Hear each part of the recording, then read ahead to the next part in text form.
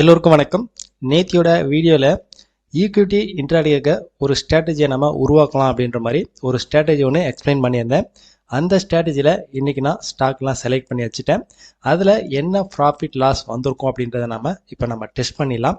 அந்த ஸ்ட்ராட்டஜியை நம்ம டெஸ்ட் பண்ணுறதுக்கு முன்னாடி இன்னியோட ட்ரேடிங்கில் என்னோட ஆப்ஷன் ட்ரேடிங் ஆகட்டும், ஒரு நாள் ஒரே ஸ்டாக்கு, 10 மந்த் டார்கெட், 20 மாதங்கள் என்னோட டார்கெட், இன்னியோட கோல்டன் ஸ்டாக் யாரு, ஸோ இந்த விஷயத்தெல்லாம் நம்ம ஸ்டெப் பை ஸ்டெப்பாக பார்த்துட்டு கடைசியாக நம்ம இந்த ஸ்ட்ராட்டஜியை டெஸ்ட் பண்ணிக்கலாம். இன்னைக்கு பேங்க் நிஃப்டி ஆப்ஷனை பொறுத்த வரைக்கும் நல்ல ஒரு என்ட்ரி இன்னைக்கு. எதனால் அப்படின்னா இன்னைக்கு ரிஸ்க்குன்றது பார்த்தீங்கன்னாக்கா ரொம்ப குட்டியான ரிஸ்க்கு, ரிவார்டுன்னும் போது பார்த்தீங்கன்னாக்கா பெரிய அளவில் ரிவார்டு.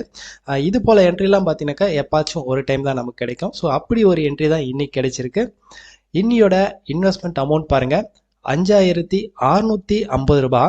இன்னியோட ரிஸ்க்கு வெறும் 32 ரூபா 50 காசு. ஆக்சுவலாக 32 ரூபா பாயிண்ட் கிடையாது, 32 ரூபா 50 காசு, 1.30 பாயிண்ட் மட்டும்தான் இன்னைக்கு ரிஸ்க்கு. இதே ரிவார்டு அப்படின்னு பார்க்கும்போது 3995 ரூபா. இது பர்சன்டேஜில் பார்க்கும்போது 122% மேலே இன்னைக்கு ரிவார்டு. ஸோ இந்த என்ட்ரியில் நான் என்ன ட்ரேட் எடுத்திருக்கேன், இதில் என்ன ப்ராஃபிட் நான் எடுத்திருக்கேன். பேங்க் நிஃப்டி 43,000 புட் ஆப்ஷன் எடுத்திருக்கேன். பேங்க் நிஃப்டி ஜனவரி 25 எக்ஸ்பைரி 43,000 புட் ஆப்ஷன், ஒரு லாட் தான் நான் இன்னைக்கு எடுத்திருக்கேன். பை ஆவரேஜ் பாருங்கள், பை வேல்யூ 5650 காசு, பை பண்ணியிருக்கக்கூடிய ரேட்டு 226 ரூபா. நான் 226 ரூபா பை பண்ண பிறகு எவ்வளோ மேலே போயிருக்கு பாருங்கள். 226 ரூபாயிலேருந்து 385 ரூபா 80 காசு வரைக்கும் மேலே போயிருக்கு. எனக்கு எங்கே புக் ஆகிருக்குன்னாக்கா 306 ரூபா 55 காசுக்கு புக் ஆயிருக்கு. இதில் இன்னைக்கு ப்ராஃபிட்டு 2013 ரூபா 75 காசு. பேங்க் நிஃப்டி ஆப்ஷன் பொறுத்த வரைக்கும் நிறைய பேர் எனக்கு கால் பண்ணி கேட்டிருக்காங்க, ஹையஸ்ட் லாஸ் அப்படின்னா எவ்வளோ வரும்னு சொல்லிட்டு. எனக்கு ஹையஸ்ட் லாஸ்ட் அப்படின்னாக்கா 650 ரூபா, இதுதான் எனக்கு ஹையஸ்ட் லாஸாக இருக்கும் அப்படின்னு சொல்லும் போது, பேங்க் நிஃப்டியில் ஈஸியாக 650 ரூபாயெல்லாம் ஈஸியாக அடிச்சிருமே, 20 பாயிண்ட் 25 பாயிண்ட்லாம் ஈஸியாக அடிச்சிருமே அப்படின்னு கேட்பாங்க. ஸோ இங்கே பார்த்தீங்கன்னாக்கா தெரியும் உங்களுக்கு, என்னோட கேல்குலேஷனில் ஒவ்வொரு என்ட்ரியும் பார்த்தீங்கன்னாக்கா இப்படி தான் இருக்கும். ரிஸ்க்குன்றது பார்த்தீங்கன்னாக்கா ரொம்ப சின்னதாக இருக்கும், ரிவார்டுன்னும் போது ரொம்ப பெருசாக இருக்கும். ஆக்சுவலாக என்னோட கேல்குலேஷனில் வரக்கூடிய அந்த ப்ரைஸ் என்ட்ரு ஆச்சு, கண்டிப்பாக அது வந்து பார்த்தீங்கன்னாக்கா பெரிய அளவில் மூவ்மெண்ட் இருக்கும் அந்த ப்ரைஸ்லேருந்து.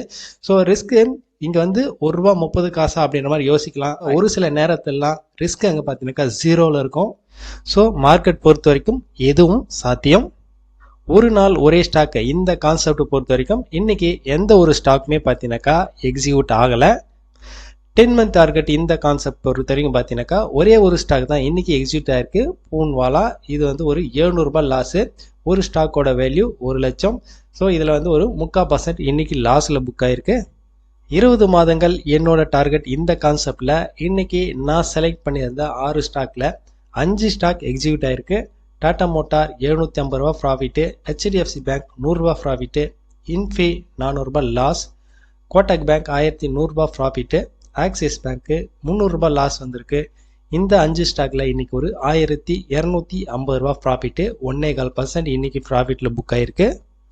10 மந்த் டார்கெட் இந்த கான்செப்டுக்காக செலக்ட் பண்ணியிருக்கக்கூடிய ஸ்டாக்ல எந்த ஒரு ஸ்டாக்குமே இன்னைக்கு கோல்டன் ஸ்டாக்ஸ் கிடையாது. அப்படி பார்க்கும்போது நமக்கு எக்ஸிக்யூட் ஆகாத எல்லா ஸ்டாக்குமே இன்னைக்கு கோல்டன் ஸ்டாக் தான். ஏன்னா அது கிடைச்சி நமக்கு லாஸ் ஆகிறத விட கிடைக்காமையே 0ல் முடியறது பெஸ்ட்டு. என்எஸ்சியில் டாப் வேல்யூவில் நல்லா பர்ஃபார்ம் பண்ணியிருக்கக்கூடிய ஸ்டாக் இதுதான். ரூட் மொபைல்ஸ், நைக்கா, ஏடபிள்யூஎல், இது வந்து வேல்யூவில் நல்லா பர்ஃபார்ம் பண்ணியிருக்கக்கூடிய டாப் 3 ஸ்டாக்ஸு. அதே போல் டாப் வால்யூமில் நல்லா பர்ஃபார்ம் பண்ணியிருக்கக்கூடிய stock Nykaa, GTL infra, Poonawalla. இந்த 3 ஸ்டாக் தான் வால்யூமில் நல்லா பர்ஃபார்ம் பண்ணியிருக்கக்கூடிய டாப் 3 ஸ்டாக்ஸு. இந்த ஸ்டாக்ஸை நம்ம ஷார்ட் டேர்ம்காக பிளான் பண்ணலாம். ஓகே, இன்னையோட மார்க்கெட்டில் என்னோட ட்ரேடிங்கில் என்னென்ன ப்ராஃபிட் லாஸ் வந்திருக்கு அப்படின்றத நம்ம எல்லாம் பார்த்துட்டோம். ஃபைனலாக நேற்று சொன்ன ஸ்ட்ராட்டஜியில் இன்னைக்கு என்ன ப்ராஃபிட் லாஸ் வந்திருக்கு அப்படின்றத நம்ம டெஸ்ட் பண்ணிடலாம். நேற்று ஸ்ட்ராட்டஜியை பார்க்காதவங்க, நேத்தியோட வீடியோவை பார்க்காதவங்க கீழே நான் லிங்க் கொடுத்துருக்கேன், அதில் பார்த்துங்க என்ன ஸ்ட்ராட்டஜின்னு சொல்லிட்டு. நேற்று சொன்ன ஸ்ட்ராட்டஜிக்காக இன்னைக்கு செலக்ட் பண்ணியிருக்கக்கூடிய ஸ்டாக் இந்த 3 ஸ்டாக் தான். ஆக்சுவலாக ஸ்டாக் செலக்ட் பண்ணுறது தான் முக்கியம் அப்படின்ற மாதிரி சொல்லியிருப்பேன். நேற்று ஃபுல்லாக நடந்த வால்யூம் வேல்யூ ரெண்டுமே பார்த்தீங்கன்னாக்கா இன்னைக்கு காலையில் 11 மணிக்கு இந்த 2 மணி நேரத்தில் அந்த வால்யூமும் வேல்யூவும் நடந்திருக்கணும் அப்படின்ற மாதிரி சொல்லியிருப்பேன். ஒரு சில நேரத்திலாம் பார்த்தீங்கன்னாக்கா அது போல் வால்யூம் வேல்யூ இந்த 2 மணி நேரத்தில் நடந்திருக்காது. அது போல் சமயத்தில் நமக்கு டாப்பில் வந்திருக்கக்கூடிய ஸ்டாக்ஸை நம்ம செலக்ட் பண்ணிக்கலாம். நம்ம 11 மணிக்கு தான் என்ட்ரி கொடுக்க போகிறோம் அப்படின்றதுனால ஒரு 50 மினிட்ஸ் பிஃபோராகவே நம்ம ஸ்டாக் செலக்ட் பண்ணி வச்சுக்கலாம். ஒரு 10:45 10:50 இந்த 5 நிமிஷத்தில் நம்ம செலக்ட் பண்ணிக்கலாம்.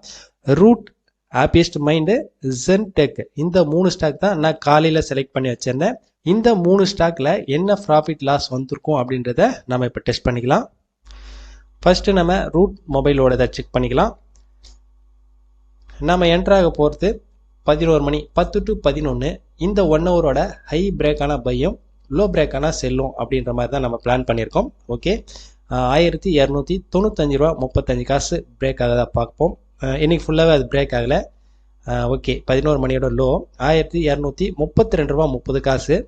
இது எங்கே பிரேக் ஆகிருப்பாருங்க, 1 மணிக்கு பிரேக் ஆயிருக்கு. ஒன்றும் இல்லை, 1 மணிக்கு மேலே 1 to 2 இந்த டைமில் பிரேக் ஆயிருக்கு.